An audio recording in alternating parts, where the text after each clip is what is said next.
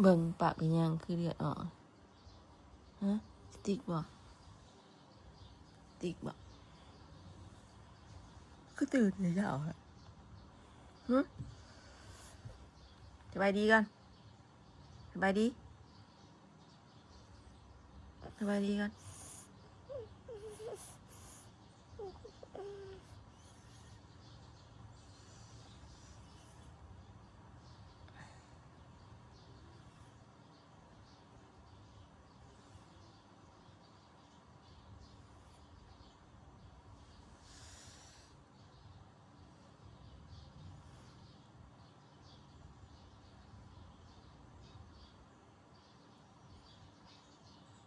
สบายดีลูกอะ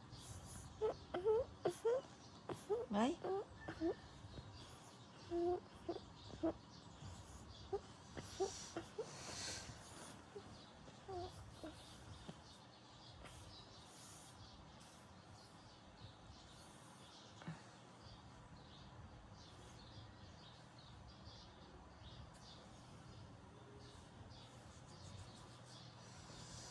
มันหนาวอ่ะ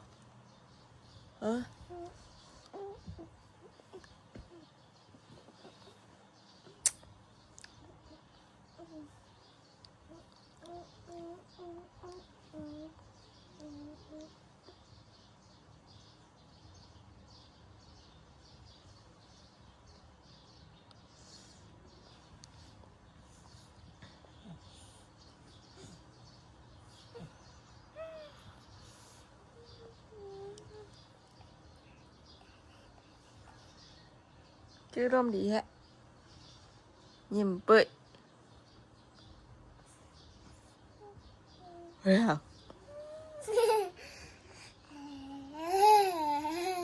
นั่งงามๆรถนั่งจับเจือ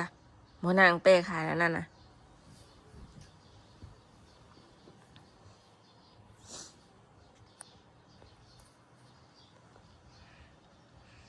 สบายดีหรือบ่บ่หรอกสบายดีหรือบ่สบายดีก่อนมาอ่ะสบายดีอย่าได้สบายดีนะใช่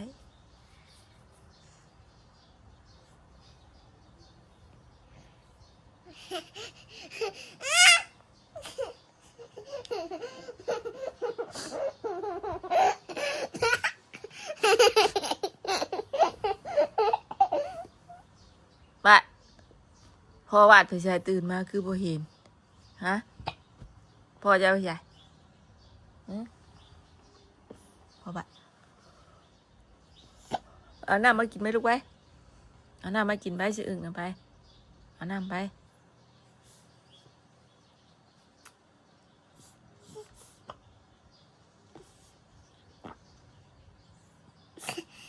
เอาน้ำไปลูกโต๊ะแป้งแม่ไว้เอาไว้เอาไว้เลยเอาใช้ละ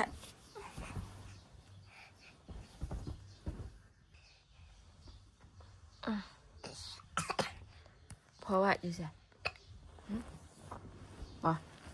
พอวัดไปใส่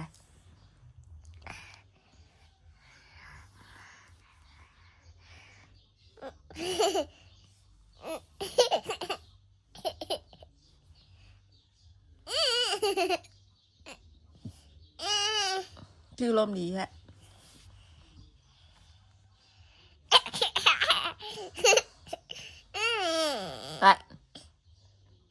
บ้านเป็นลูกไผ่ฮะพอจะซื้อยังแม่ซื้อยังตายดื่มแล้วบัดนี้ดื่มชื่อบ้านแล้วบัดนี้ค่ะ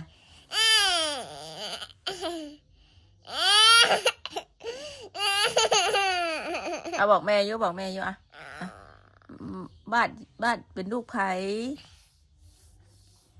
บ่ลูกพอยังนี่นะฮะไว้มันยังเบิ่งแม่มึงสติกบ่หรือไปกัดปากเจ้าของนี่นะฮะอันนี้เจ็บบ่นี่เจ็บแสดงว่ากัดปากเจ้าของอย่ากัดนี่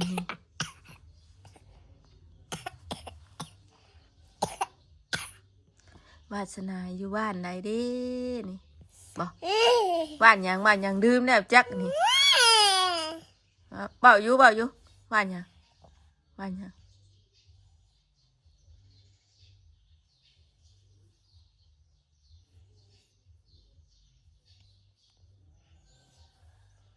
มาด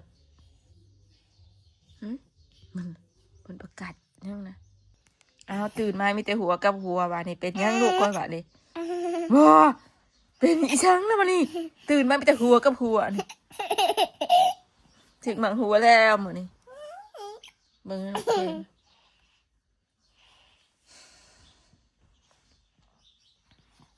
คือมานอนบอลไหมบอลพอฮะคิดหอดแล้วบ่เราไปใส่ฮะเราไปใส่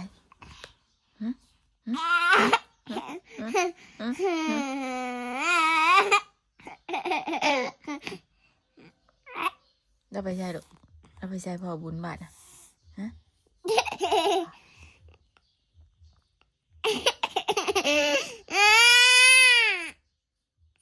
ปะบ่เหมือนได้เบาบ่ปินช่ำนี่บ่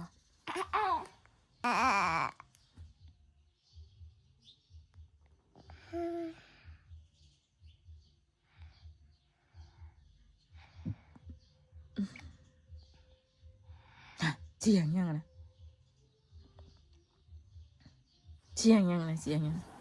พระเจ้าดิ้งหน่อยยัง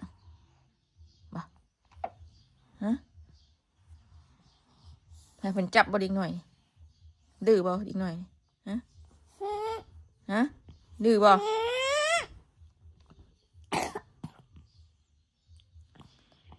พังแม่สิถามไปว่าไปนาน้ำไอ้บ่าวอีกบ่มื้อนี้ฮะไปว่าไปนาน้ำบ่าวไปไหมไปบ่ฮะไปบ่ไปน้ำบ่าวเป็นยังสิอยู่น้ำไผบ้านสิอยู่น้ำไผฮะอยู่น้ำมิตู้หรืออยู่น้ำบ่าวฮะอยู่น้ำไผอยู่น้ำแม่บ่บ่อยู่บ่อยู่น้ำไผมันก็อันยิ้มเปื่อยๆอยู่นี่ถามยังกับบุบากวะนี่ว้ากินข้าวกับยังมันบ้านสิกินข้าวกับยังมันมาหรอกกินข้าวกับยังแม่ถามตอบนะแม่สิเฮ็ดให้เป็นถือต้มไข่บ่ต้มไข่ใหญ่บ่กินบ่ไข่ใหญ่ฮะกินบ่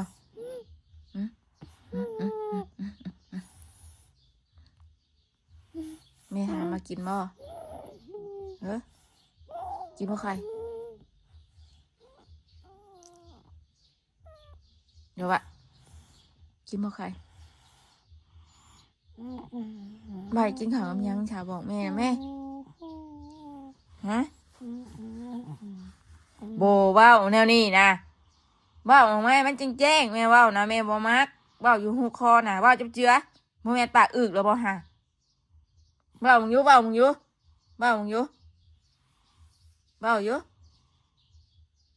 ได้ปากอึกแล้วบัดนี้ฮะเว้าจับเจือลูกละกินข้าวกับยังฮะกินข้าวกับยังบอกแม่นะแม่สิไปเฮ็ดให้นี่นะบ่กินบ่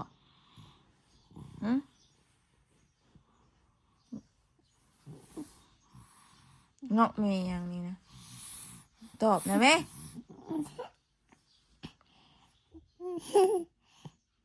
วัดนึกว่าปากบ่ได้ นึกว่าปากบ่ได้แล้ว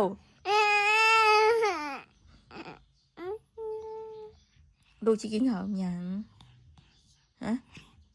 บอกแม่นะแม่กินข้าวยังบอกมัมมีมัมมี บอกแม่ไหมลูกอีหลายกินข้าวยัง แม่มา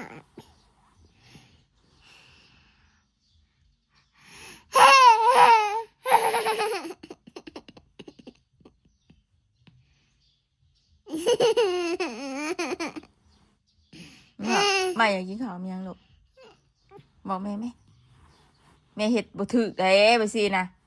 เจ้าอยากกินกับหยังถ้าแม่เห็ดออกมาแล้วอีหยังบ้านก็กินด้วยเลยโอเคป่ะอะบ้านจะกินป่ะบ้านพันหยังบ้านคือไห้ตลอดเมื่อคืนเป็นหยังบ้านเห็นหยังฮะ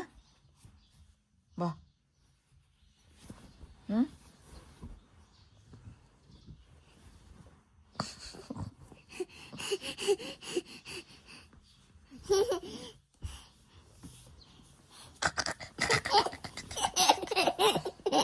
จกขี้แห่ก่อนจกขี้แห่ก่อนถามกับบ่ปากเว้ยเว้ย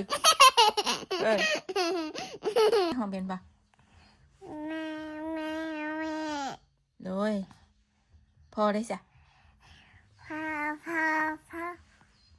พอไปใส่ฮะพอวัดไปใส่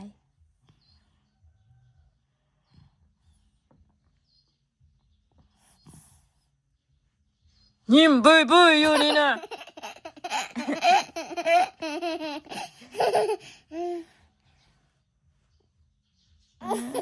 นอนมือกายละผากหนึ่งคิดยังอะไรคิดยังนี่นะคิดยังนี่นะ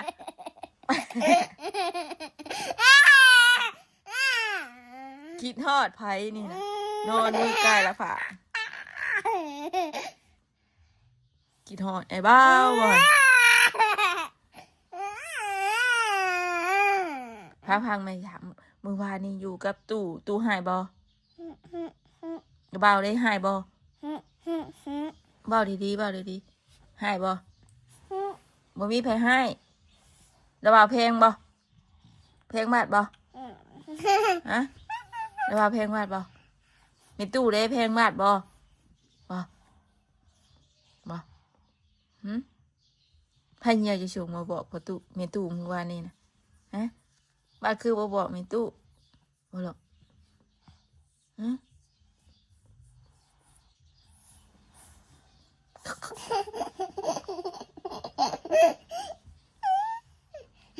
เบิ่งมุกก่อนเบิ่งมาแต่หน้าก็นอนรับเอ้ยมาแล้วก็นอนหลับเลยเมื่อวานนี้ค่ะมาลูกอาบน้ำแล้วก็นอนปากเป็นหยังวะเบิ่งไหมเบิ่งหายเบิ่งสติ๊กบ่สติ๊กกับบ่แม่นจังนี่เจ็บแต่บาดลมบ่บาดลมบ่มาลูกบาดลมยากบ่ปากคือโพงปากวาดคือโพงฮะเฮ้ย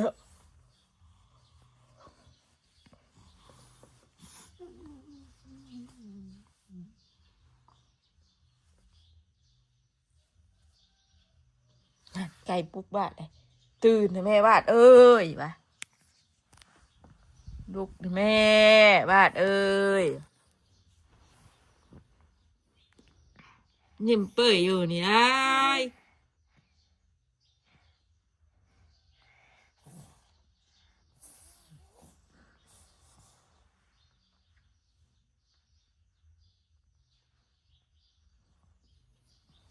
จะเบิ่งสักโมงแล้วชั่วโมงเนี่ยช่วยแล้วไปจ้ะ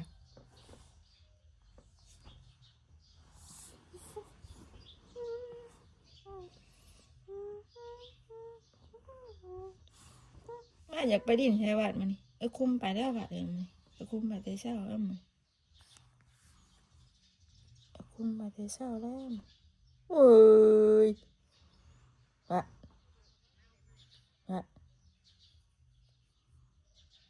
พาลงรูปบ้าน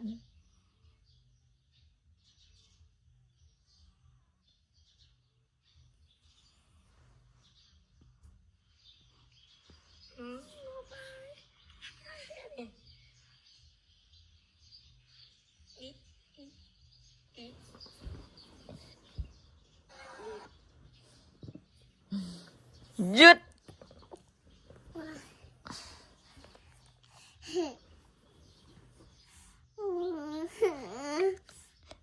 ไปแม่ลูกกินข้าวปะลูกอยากกินข้าวกับหยังเฮ้ลูกอยากกินข้าวกับหยังบอกแม่นะแม่กินกับหยังลูกฮะเป็นหยังนะเป็นหยังปวดเหี่ยวยะบ่ปวดเหี่ยวบ่ฮะเห็นยังฉันคือพิษเชื่องปวดเหี่ยวบ่ฮะบ่เบิ่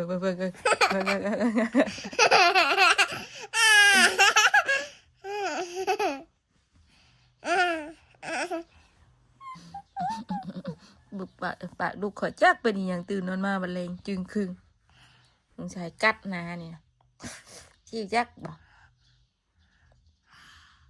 มาหรอกอีหลากัดจัก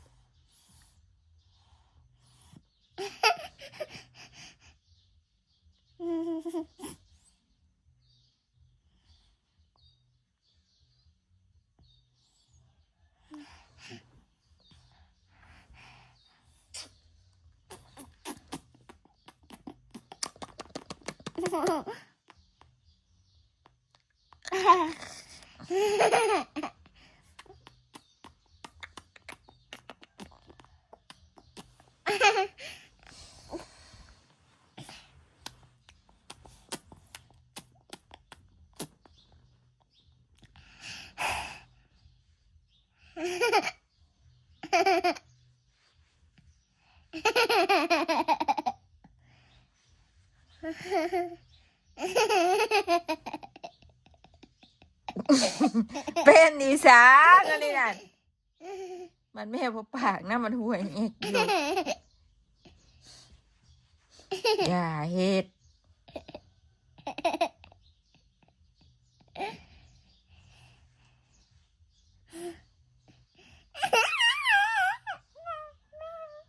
บัดไม่ตู้ว่าชื่อยังฮะบ่จักช่ำบาทนี่พอเจ้าได้ชื่อยังพอเจ้านะอ้าวบ่จักดื่มเบิ่นละบาทนี่พอดอกชื่อยังอ้าวลูกกับปะอึกได้บาทนี่เว้ากับบ่เป็นบาทนี่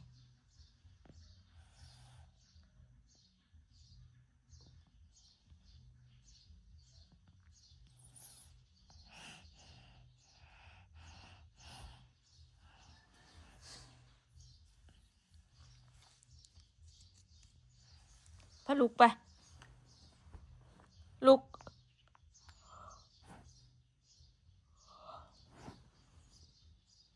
ไปลุกไปไว้ช่วยได้นี่ลุกนอนถ่ายอยู่นี่เด้อเด้อนอนถ่ายนี่เด้อแม่ไปนึ่งข้าวก่อนเด้อ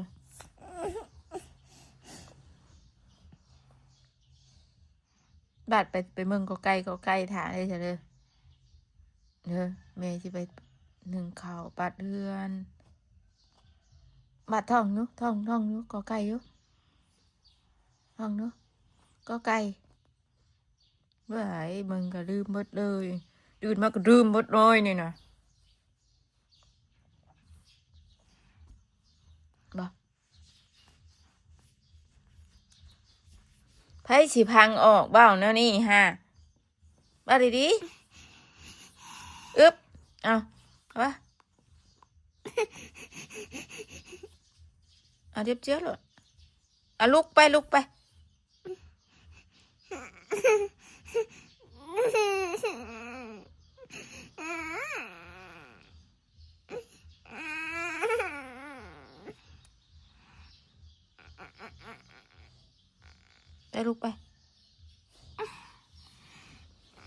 มึงไงกีบรุ่นเลยนี่นะ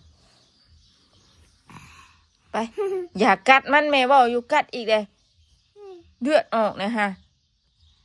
ปากเจ้าน่ะเลือดออกเลยอย่าดิ่นน้ำลายเด้อ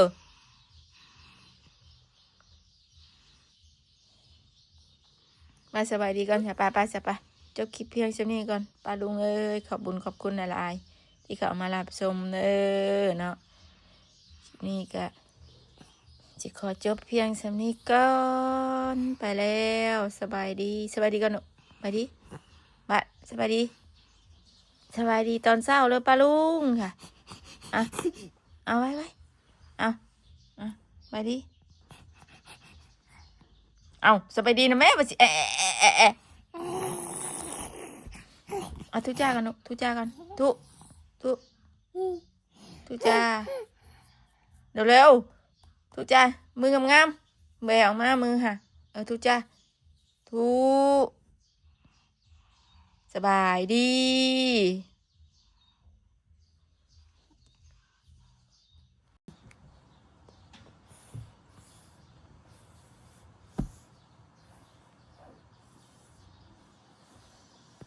ปากเบิ่งปากเป็นยังคือเลือดออกฮะสติกบ่คือตื่นเลยจะเอาละสบายดีกันสบายดีกัน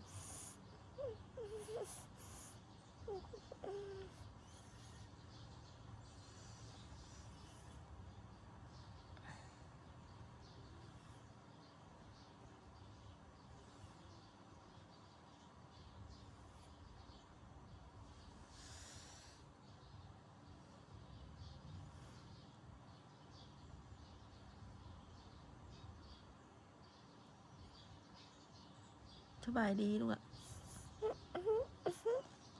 ไว้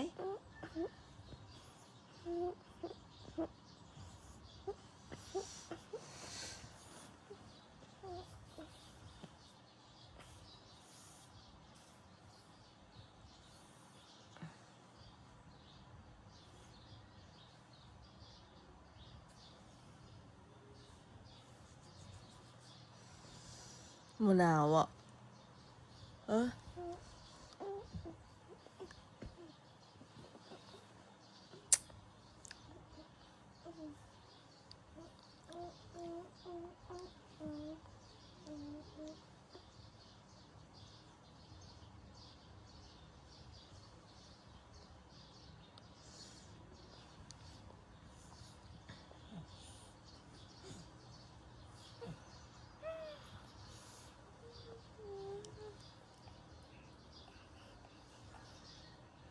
ชื่อร่มดีฮะ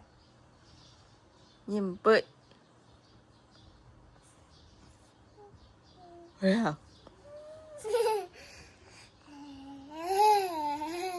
นางงามๆรถนางจับเจือหมอนางเป้ขายแล้วนั่นน่ะ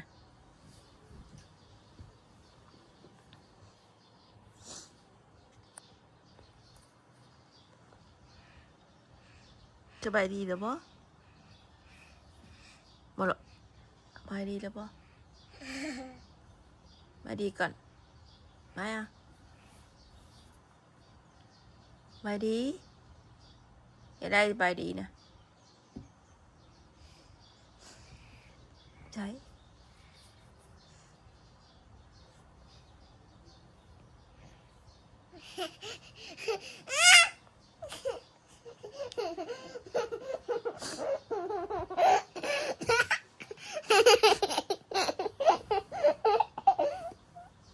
บะพอวาดผู้ชายตื่นมาคือบ่เห็นฮะพอจะผู้ชายพอบะเอาน้ำมากินไหมลูกไปเอาน้ำมากินไปสิอึ่งกันไปเอาน้ำไป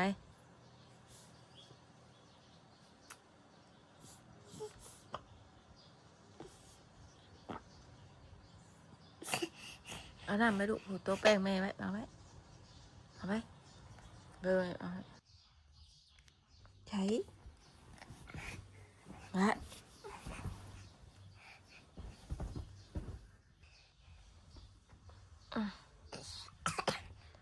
พอวัดอยู่ใส่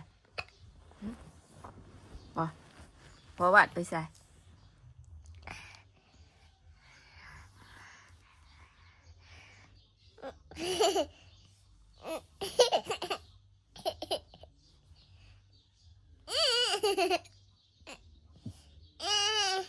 ชื่อลมดีแฮะ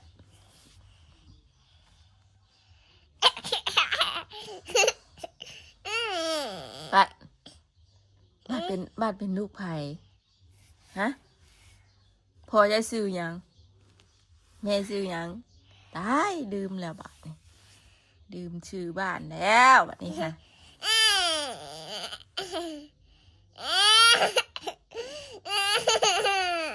เอาบอกแม่อยู่อ่ะบ้านเป็นลูกไผ่บ่ลูกพ่อยังนี่นะฮะไว้มียังเบิ่งแม่มึงสติกบ่หรือไปกัดปากเจ้าของนี่นะฮะอันนี้เจ็บบ่นี่เจ็บแสดงว่ากัดปากเจ้าของอย่ากัดนี่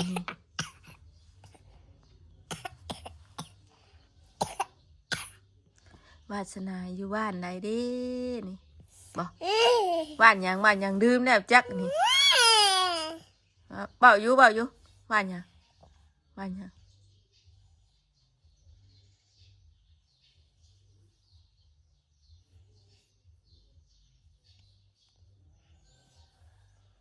มาแล้ว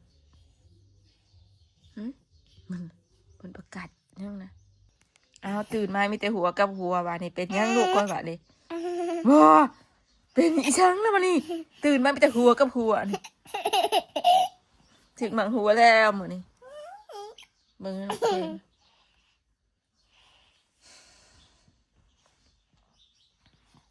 คือมานอนบอนไหมบอนพอ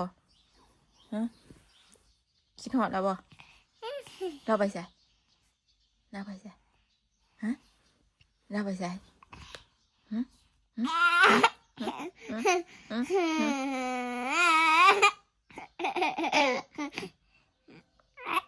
เราไปใส่ลูกเราไปใส่พอบุญบาทนะฮะ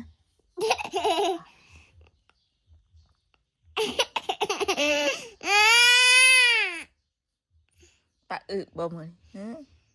ได้เบาบ่ปินช่ำนี่บ่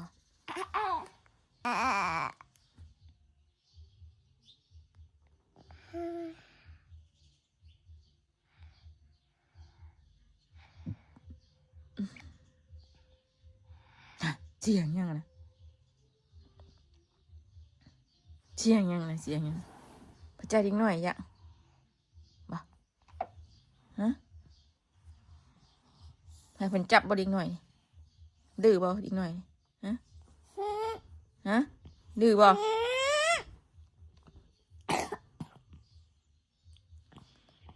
พังแม่สิถามไปว่าไปหน้าน้ำไอ้เบาอีกบ่มื้อนี้ฮะไปว่าไปหน้าน้ำเบาไปไหมไปบ่ฮะไปบ่ไปน้ำเบาเป็นยังสิอยู่น้ำไผ่บ้านสิอยู่น้ำไผ่ฮะอยู่น้ำมิตู้หรืออยู่น้ำเบาฮะอยู่น้ำไผ่อยู่น้ำแม่บ่บ่อยู่บ่อยู่น้ำไผ่มันก็อันยิ้มเปื่อยๆอยู่วันนี้ทานยังกับบุบากวันนี้ว้ากินข้าวกับยังมันบ้าสิกินข้าวกับยังมันมาแล้วกินข้าวกับยังแม่ถามตอบนะแม่สิเฮ็ดให้เป็นถือต้มไข่บ่ต้มไข่ใหญ่บ่กินบ่ไข่ใหญ่ฮะกินบ่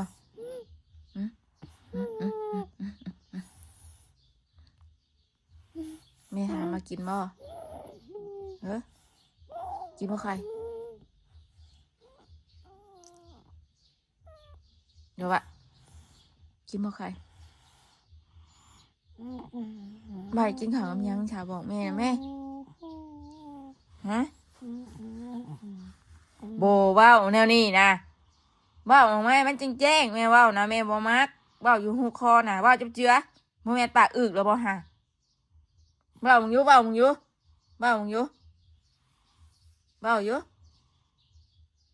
แต่ให้ปากอึกแล้วบัดนี่ฮะ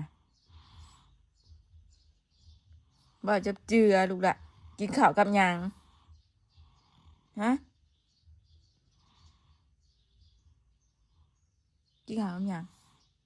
บอกแม่ได้ไหมแม่สิไปเฮ็ดให้นี่นะบ่กินบ่ฮะ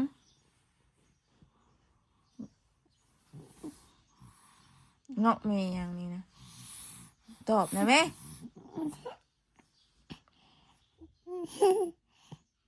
วัดวัดวัดนึกว่าปากบ่ได้ นึกว่าปากบ่ได้แล้ว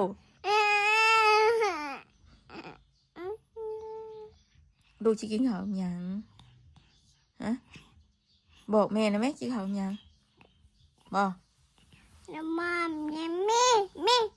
มีบอกแม่ไหมลูกอีหลายกินข้าวกับหยังมา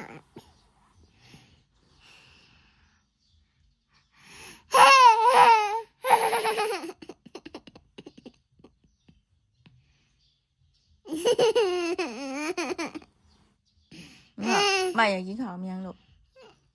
บอกแม่ไหมแม่เห็ดบ่ถึกเด้ไปสินะเจะอยากกินกับหยังถ้าแม่เห็ดออกมาแล้วอีหยังบ้าจะกินด้วยเลยโอเคป่ะอะบ้าจะกินป่ะมัดพันยังมัดคือไห้ตลอดเมื่อคืนเป็นยังมัดเห็นยังฮะบ่ฮะ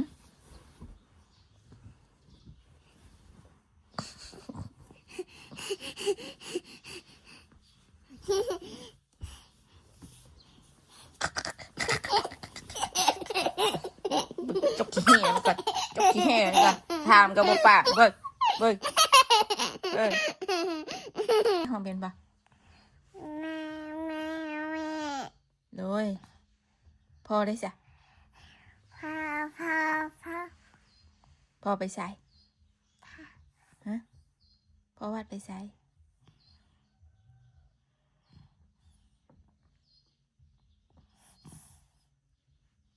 ยิ้มบุยอยู่นี่นะ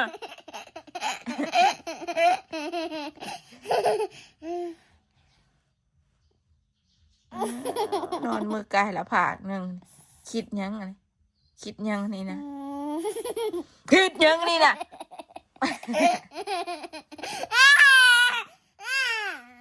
คิดฮอดไผนี่นะนอนมือกายละผากคิดฮอดไอ้บ้าวก่อนพังไม่ถามมือวานนี่อยู่กับตู้หายบเบาได้หายบเบาดีๆหายบ่มีเพลงให้ระบาเพลงบ่เพลงบาดบ่ฮะระบาเพลงบาดบ่มีตู้ได้เพลงบาดบ่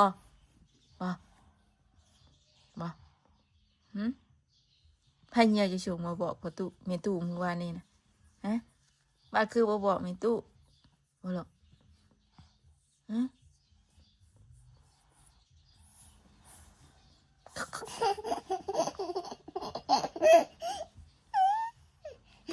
เบิ่ง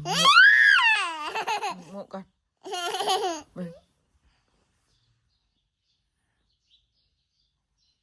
มาแต่หน้าก็นอนรับเล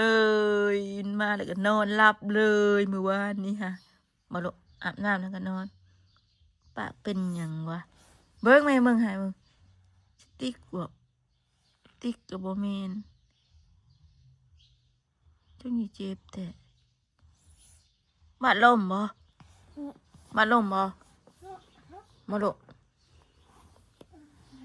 บาดลมยากบ่ปากคือโพงปากวาดคือโพงฮะ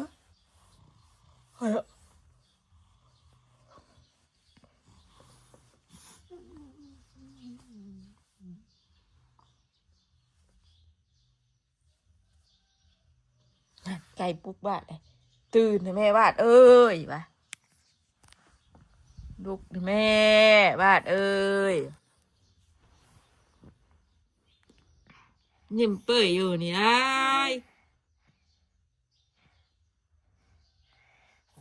ฮ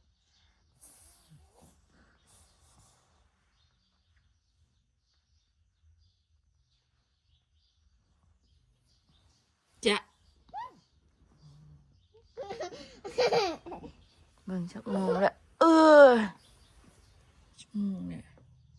ช่วยแล้วไปจ้ะ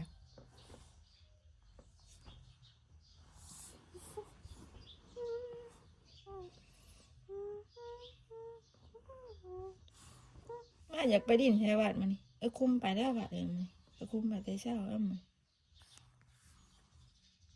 คุ้มไปแต่เช้าแล้วโอ้ยบ้าน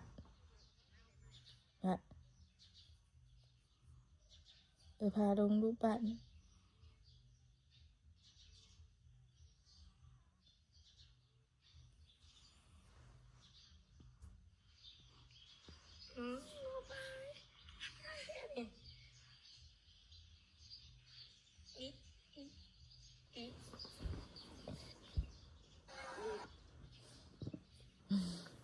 หยุด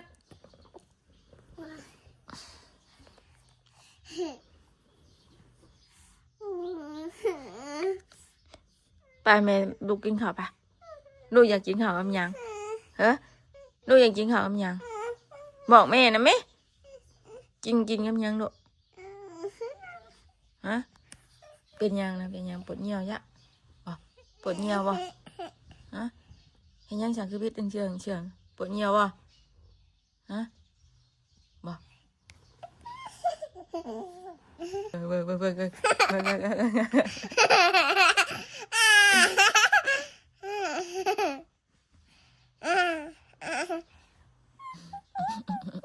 บุกปากลูกขอจักเป็นอย่างตื่นนอนมาบันเลงจึงคืนสงสัยกัดนาเนี่ยชี้จักบ่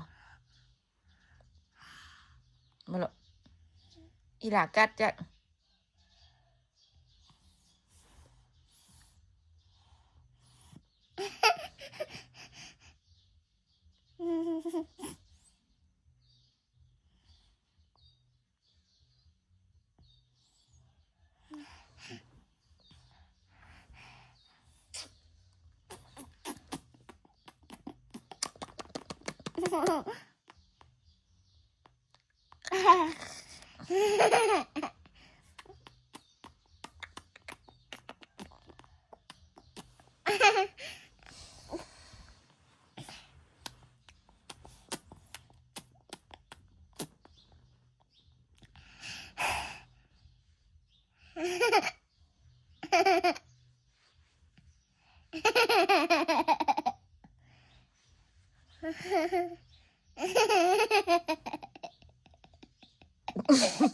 เป็นอีสานอะไรนั่น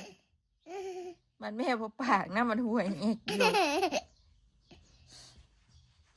อย่าเฮ็ด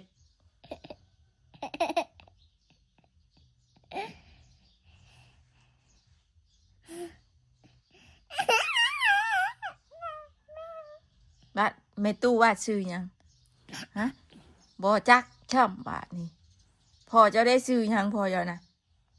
อ้าวบ่จักดื่มเบิ่นละบาทนี่พอดอกชื่อยังอ้าวลูกกับปากอึกได้บาทนี่เว้ากับบ่เป็นบาทนี่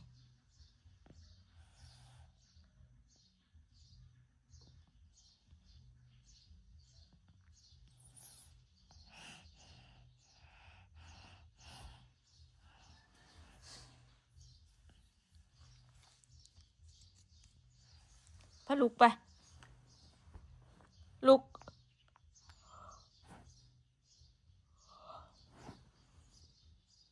ไปลุกไปไว้ช่วยได้นี่ลุกนอนถ่ายอยู่นี่เด้อเด้อนอนถ่ายนี่เด้อแม่ไปนึ่งข้าวก่อนเด้อ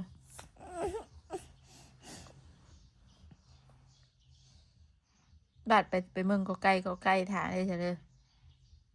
เด้อแม่สิไปนึ่งข้าวปัดเรือนบาดท้องนุท้องนุก็ไก่อยู่ท้องนุก็ไก่เมื่อไหร่มึงก็ลืมหมดเลยตื่นมาก็ลืมหมดเลยนี่นะบ่ไผสิพังออกเบ้าแนวนี้ฮะ มาดีๆอึ๊บเอาวะเอาเรียบเจียวเลยเอาลุกไปลุกไป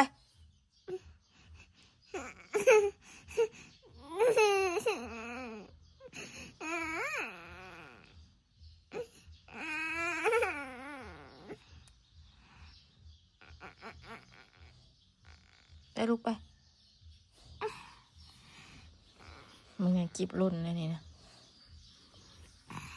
ไป อย่ากัดมันแม่บอกอยู่กัดอีกเลยเลือดออกเลยฮะปากเจ้าน่ะเลือดออกเลยอย่าดิ่นน้ำลายเด้อ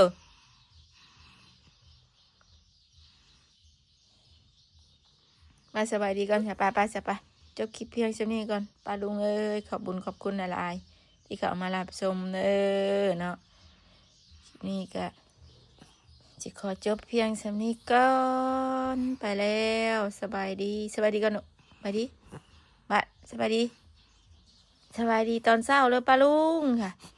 อ่ะเอาไว้เอาไปดีเอาสบายดีนะแม่มาสิเอาทุจ้ากันทุจ้ากันทุจ้าเร็วทุจ้ามืองามแบออกมามือค่ะทุจ้าทุ